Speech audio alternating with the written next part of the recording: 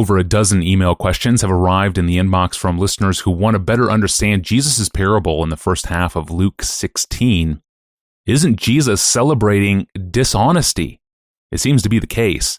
Matt in Oklahoma writes in to ask us this question. Hello, Pastor John. How do you understand and explain the parable of the dishonest manager in Luke 16, 1-13? This one is a real head scratcher for me. What does it mean, and what are the implications for Christians today?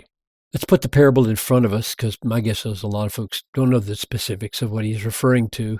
And as I read just a few verses of this parable, be asking the question, now what's the positive lesson Jesus might draw out of sinful behavior? Because that's the issue here. So here's what it says. Jesus said to his disciples, there was a rich man who had a manager, like a steward, who ran his business. And charges were brought to him that this manager, was wasting his possessions.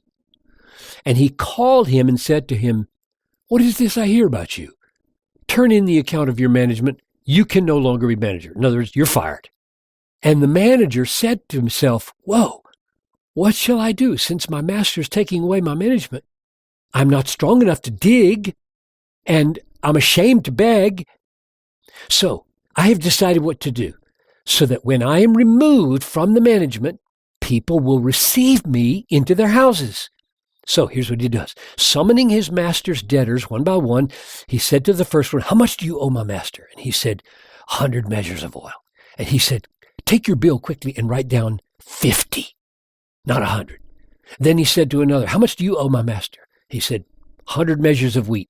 And he said, take your bill quickly and write 80. The master, when he found out about this, the master commended the dishonest manager for his shrewdness. End of parable. So you see the situation. A manager's fired, but before he leaves, he negotiates with the creditors of the owner, or the debtors of the owner, to sign new contracts so that they owe the owner less than they really do. They think that's cool. And the manager hopes that these debtors will feel obliged to him so that when he's jobless, they'll help him out. So the deceitful manager uses his wits to figure out a way to manipulate money so as to secure his future. That's the gist. And we don't know how the story really ends, what happens after this encounter. We just know that when the master found out how clever this guy was, he said something like, well, that's clever. That was shrewd. Now, what will Jesus fasten on with the parable? And he makes two comments. Number one, verse 8. The sons of this world, that's the unbelievers, people who don't follow Jesus, the sons of this world are more shrewd in dealing with their own generation than the sons of light. Now, I think the point of saying that is this. It may be true, you poor, benighted Christians who don't know how to be smart in this world's affairs. That may be true, but guess what?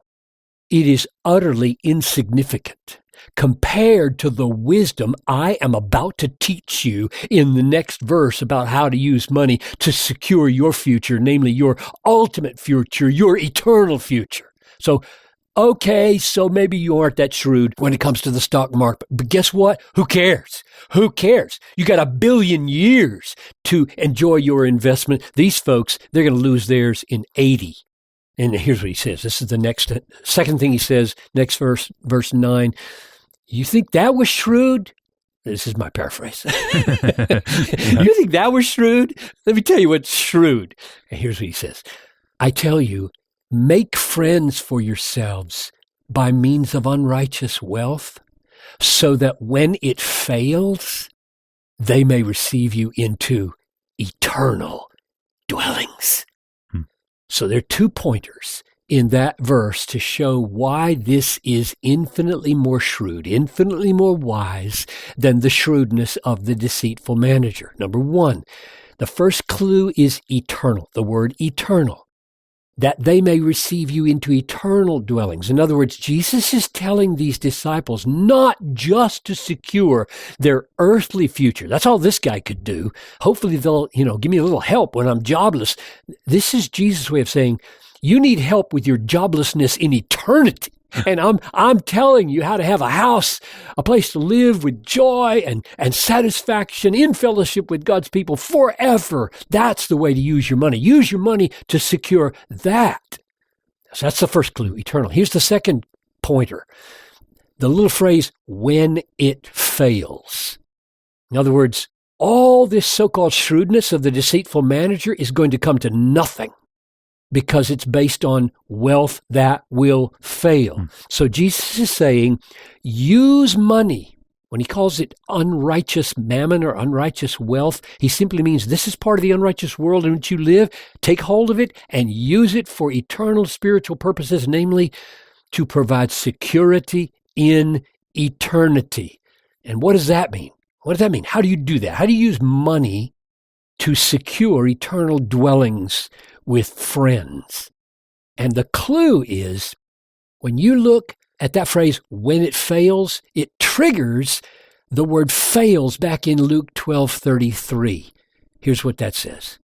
Sell your possessions, give to the needy, provide yourselves with money bags that do not grow old, where they treasure in the heavens that does not fail, where no thief approaches and no moth destroys. That's Luke 12:33. So, making friends with money means using your money to meet people's needs.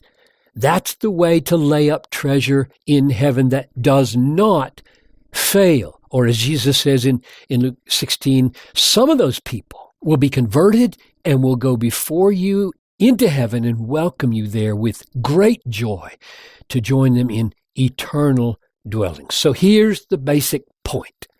Don't worry about being a shrewd investor in this age where you can only provide a future that will fail. Instead, be a really shrewd investor. Invest in people's lives by using your resources to do as much good as you can for the glory of God and the eternal good of others who will go before you and welcome you home. Thank you for unlocking this text for us, Pastor John.